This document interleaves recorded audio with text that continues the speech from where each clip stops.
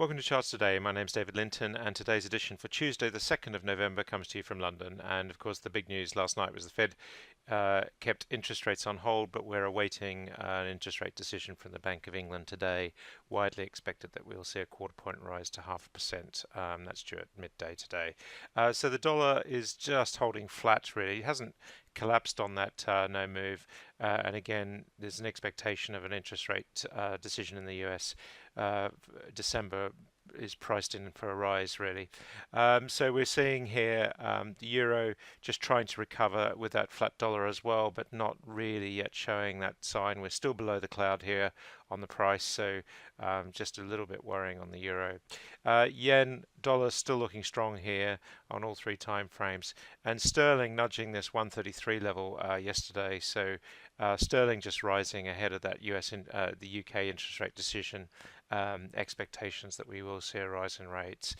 Taking a look at sterling against the euro, we're seeing quite a move here as well, and against the Swiss franc too. And looking at Australian dollar, sitting at 172, so just a bit flat. US stock markets still surging yesterday, 25.82, just holding that level. Nasdaq was higher. Dow is also still holding its gains higher. In fact, I did a scan of the Dow last night and chose what I consider to be the best looking stock based on these screens. And I might do a session later today just on how I did that. The Russell 2000 looking stronger as well. And we see here the S&P future down very slightly. Nasdaq E-mini also just down very slightly. So US market might just open a little bit lower today, but no real signs yet.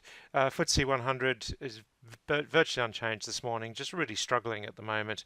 And the FTSE 250 also just looking bullish over the last few days, but just holding breath this morning, virtually unchanged. Really awaiting the Bank of England decision now. The DAX still looking strong. Nikkei also looking very strong. Hang Seng looking strong, bullish above all three time frames. Shanghai holding steady, and the Sensex, the Indian market, looking very strong indeed, rising on all fronts. The Australian market looking strong, having held its gains of recent weeks. Brent crude still above the $60 level, but coming off a little bit now and looking like we might come back below the cloud. The key level here, of course, is the $60 level, 59.99 on the cloud there. So $60 is a pretty important number now for Brent. WTI, much the same picture, just falling away a little bit. US nat gas still struggling in the low 290s. Copper off a little bit this morning, but still bullish in all three time frames. Gold sitting in this mid 1270s area, and silver also just holding on to its gains yesterday. US Treasury yields sitting at 2.37%, just falling back a little bit on that interest rate move in the lack of interest rate move in the US. Apple still holding strong, Google holding strong, Amazon also.